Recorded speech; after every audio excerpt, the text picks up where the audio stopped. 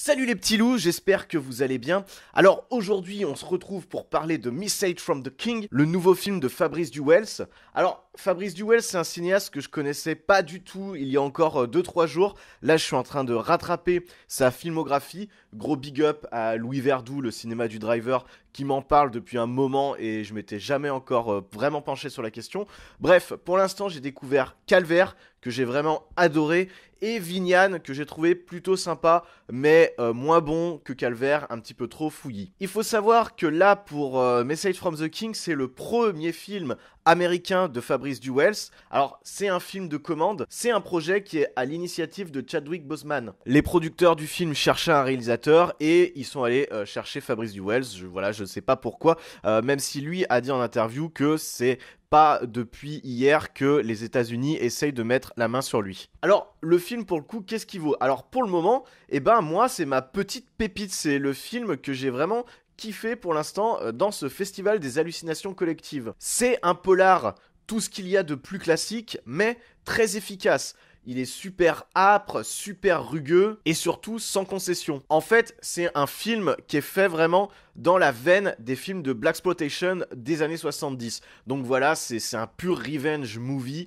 avec un personnage black qui va essayer de se faire justice. L'histoire, c'est celle de ce personnage joué par Chadwick Boseman qui arrive d'Afrique du Sud à Los Angeles pour retrouver sa sœur. Il commence à enquêter et rapidement, il découvre qu'elle est morte. Donc du coup, il va essayer de comprendre pourquoi, dans quelles circonstances et surtout, il va essayer de la venger. C'est un film que je trouve assez malin parce qu'il joue pas mal sur cette espèce de choc des cultures entre l'Afrique du Sud qui peut être vu comme un pays pas vraiment civilisé, très dangereux, etc., etc., et Los Angeles qui a un côté un peu plus pays des merveilles. Et du coup, la désillusion va être très très grande parce que le Los Angeles qui nous est montré ressemble plus à celui de The Shield qu'à celui de La La Land. Surtout que Fabrice Duwels, grâce à sa réalisation, lui donne un côté hyper poisseux, hyper malsain. Même si c'est un film de commande, on sent qu'il a pu se faire plaisir au niveau de la mise en scène. On retrouve des tics qui n'appartiennent pas qu'à lui, je suis d'accord, mais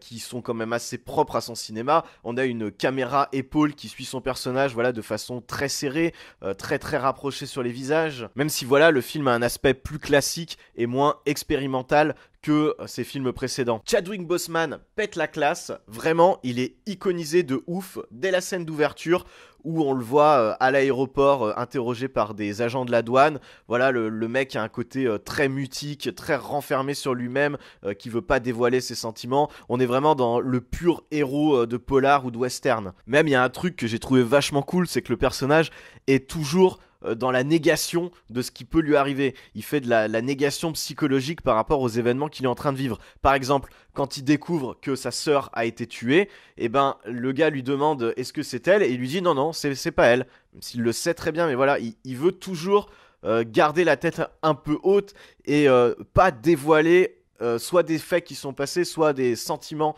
qu'il peut éprouver. Et puis, visuellement, mais ils arrivent totalement à l'iconiser. Il a cette espèce de blouson en cuir marron.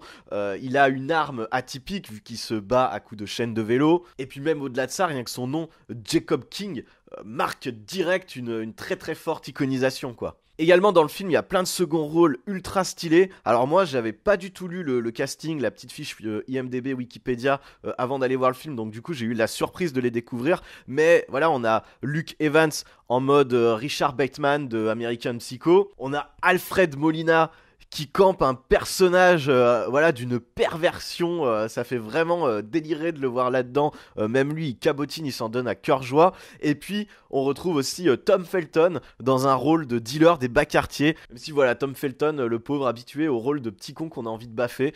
Mais en tout cas c'était rigolo de le voir là-dedans. Également il y a plein de petites idées d'écriture. Par exemple le personnage d'Alfred Molina a un espèce de tomboy, et la façon dont c'est mis en scène c'est vraiment excellent.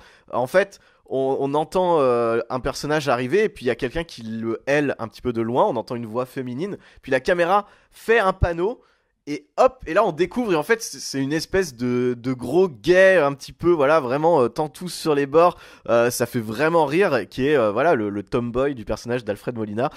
C'est super marrant, et en fait c'est plein de petits détails qui apportent de la profondeur aux personnages, mais qui sont pas ultra appuyés. C'est des trucs que le spectateur doit recréer par lui-même, doit faire les liens par lui-même, et c'est ce que j'aime vraiment dans la mise en scène de Fabrice Duwels. Après, si je peux soulever un petit défaut, c'est que les scènes d'action sont pas forcément aussi impactantes qu'on aurait pu l'espérer. Alors, j'ai ma théorie là-dessus. Je pense que ça vient notamment des studios qui n'ont pas osé faire un truc vraiment brut de décoffrage à 200%. Ils ont été un petit peu sur la retenue, mais on sent au niveau du montage qu'il y a des coupes qui sont assez étranges. Et notamment, dans une interview, j'ai pu lire que Fabrice Duwels disait qu'il s'était éclaté sur le tournage, mais que comme c'était un film de studio, comme c'était une commande, et ben au niveau du montage, il n'avait pas trop eu son mot à dire, et qu'au final, bah voilà, c'était un film calibré pour les studios américains, et pas vraiment ce qu'il avait en tête à la base.